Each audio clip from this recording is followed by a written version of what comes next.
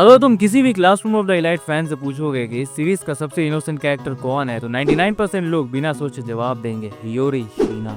और ये जवाब गलत भी नहीं लगता। एक ऐसी लड़की जो कभी स्पॉटलाइट में नहीं आई, ना कोई कंट्रोवर्सी, ना कोई बिट्रेल, ना मैनिपुलेशन, बस एक सीधी शांत मुस्कान जो हमेशा किताबों के बीच छिपी हुई रहती है, जिसे हम सब ने प्योर सोल माना। एनोकोजी के लिए एक soft trustworthy presence.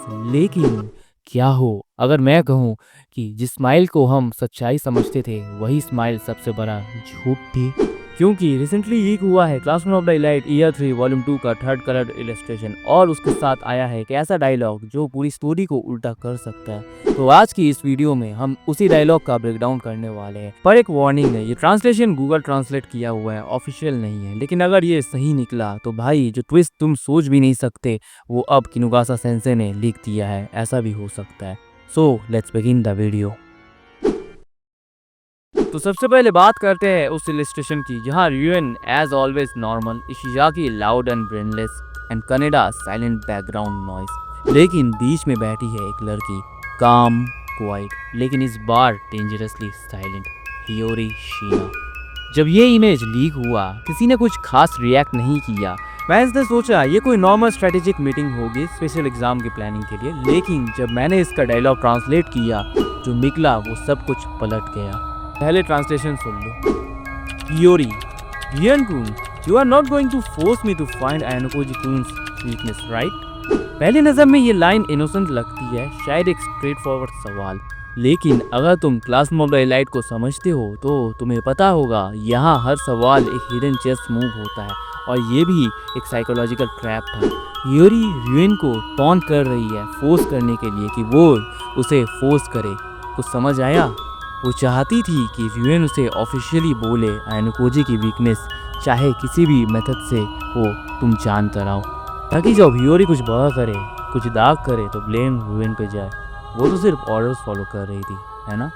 रियुएन, from what I hear from you I don't think we will get anything useful. एक बार को लगता है रियुएन ने बात खत्म कर दी, बट हियोरी एक छोटी सी स्माइल के साथ कहती है, आर यू श्योर?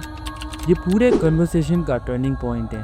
वो रियुएन को प्रोवोक कर रही है, पीछे से पुल कर रही है ताकि वो आगे बढ़ के वो लाइन बोले, और फिर आता है वो डायलॉग जो हियोरी के कैरेक्टर को पूरा 180 डिग्री नहीं बल्कि पूरा 360 डिग्री घुमा के रख दे। रियुएन, what do you want me to say? Do you want me to order you to find his weakness no matter what method you use? अब ये समझो, कोई रिएक्शन नहीं, कोई लाउड सीन नहीं, बस एक परफेक्ट विक्ट्री मोमेंट। हियोरी ने अपने मिशन के लिए ग्रीन सिग्नल ले लिया है, और वो भी बिना कुछ मांगे। ये कोई ऑर्डिनरी मैनिपुलेशन नहीं था, ये साइकोलॉजिकल सबमिशन था। उसने रियुएन को कंट्रोल किया और सबको दिखाया कि वो तो बस ओबे कर रही थी उसका order. But the truth is she is not the pawn, she is the hand that moves the pawn. जब से ये 3 वॉल्यूम 2 का ग्लिम्स हमें मिला है तब से एक चीज हमें कॉमन मिली है, और वो है हियोरी। याद करो, सबसे पहले लीक इमेज में हियोरी को ही दिखाया गया था, और वो हाथ में क्या ली हुई थी? एक रेड रोज, और दूसरा ये इलस्ट्रेशन जहाँ ये सभी कैरियोके में बैठे हुए हैं। हो सकता है स्पेशल एग्जाम की मीटिंग कर रहे हो या कुछ इससे भी ज़्यादा बड़ा। और अगर हम इन दोनों इमेज को कनेक्ट करें तो क्या ऐसा हो सकता है हियोरी ने अपना मूव प्ले कर दिया है इस मीटिंग से पहले?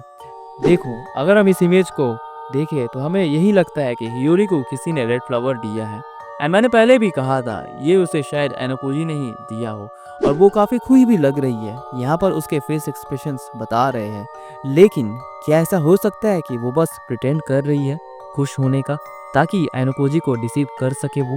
या फिर ये भी हो सकता है कि ये फूल एनोकोजी ने उसे नहीं बल्कि उसने एनोकोजी को दिया हो ताकि उसके और भी क्लोज जा सके। और मैं ऐसा क्यों बोल रहा हूँ उसके लिए हमें हियोरी का कोट एक बार फिर से देखना पड़ेगा। वो कह रही है, I thought that because Ayanokoji-kun can see into the future, there are things he cannot see. That's why I'll do things the way only I can. हालांकि मैंने इसका पहले ही एनालिसिस कर दिया है, लेकिन इस सिंगल इमेज ने सब कुछ बदल के रख दिया है और एक नई डायरेक्शन में सोचने पर मजबूर कर दिया है। ये लाइन सिंपल नहीं है, ये एक डिक्लेरेशन है। आयनोकोजी सब कुछ देख सकता है पर मैं उसका ब्लाइंड स्पॉट बनूंगी।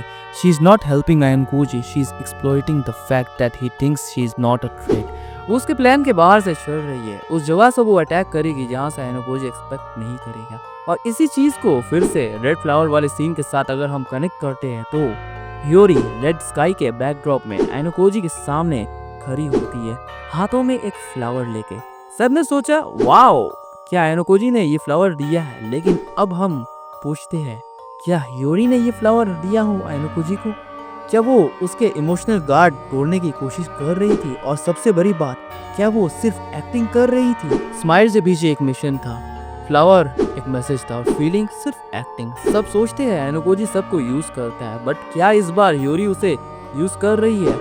रेन को मैनिपुलेट करना, आइनोकोजी के ब्लाइंड स्पॉट पे खुद को पोजीशन करना, फ्लावर के थ्रू एक इमोशनल वेपन क्रिएट करना, ये कोई साइड कैरेक्टर का काम नहीं है, ये एक मास्टरमाइंड की सोच है। और अगर ह्योरी अब स्टेज पे आई है तो उसका मास्क सिर्फ एक बार निकलेगा, और जब वो निकलेगा तब ऑडियंस का ट्रस्ट भी टूटेगा।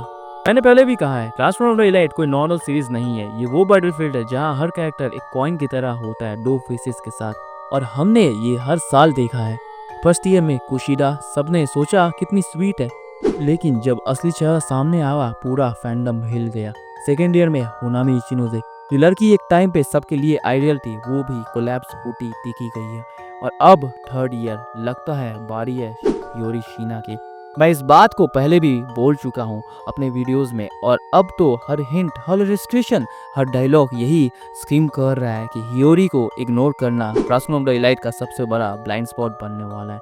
और सबसे बड़ा क्लैप किनुगासा सेंसे के लिए होना चाहिए, क्योंकि जो काम कोई 3 चैप्टर में करता है वो उन्होंने 3 साल में किया है।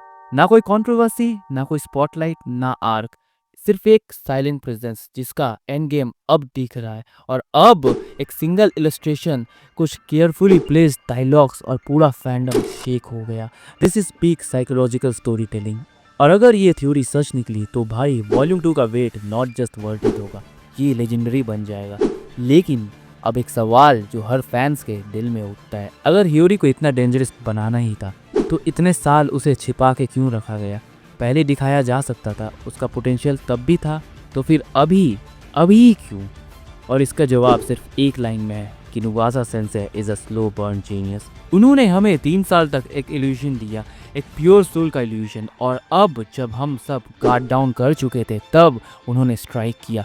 This is what makes classroom of the elite next level. ये सीरीज सब कुछ सीधा दिखाती ही नहीं है, ये वेट करवाती है, फिर तोड़ती है। और अब ईयर 3 वॉल्यूम 2 का वेट सिर्फ एक वॉल्यूम का वेट नहीं रहा, ये एक साइकोलॉजिकल धमाका का काउंटडाउन हो गया है। तो गाइस, इसी धमाके के साथ, इसी क्यूरियोसिटी के साथ और इसी ट्विस्टेड फील्ड थ्योरी के साथ आज की वीडियो को यहाँ करते रहे। लेकिन अब स्पॉटलाइट तुम्हारे ऊपर है, क्या तुम्हें लगता है अनिल थ्योरी सही है या मैं पूरी तरीके से गलत हूँ? याद रहे, ये ट्रांसलेशन गूगल ट्रांसलेट का है, ऑफिशियल नहीं है, हो सकता है सब कुछ उल्ट दिशा में हो।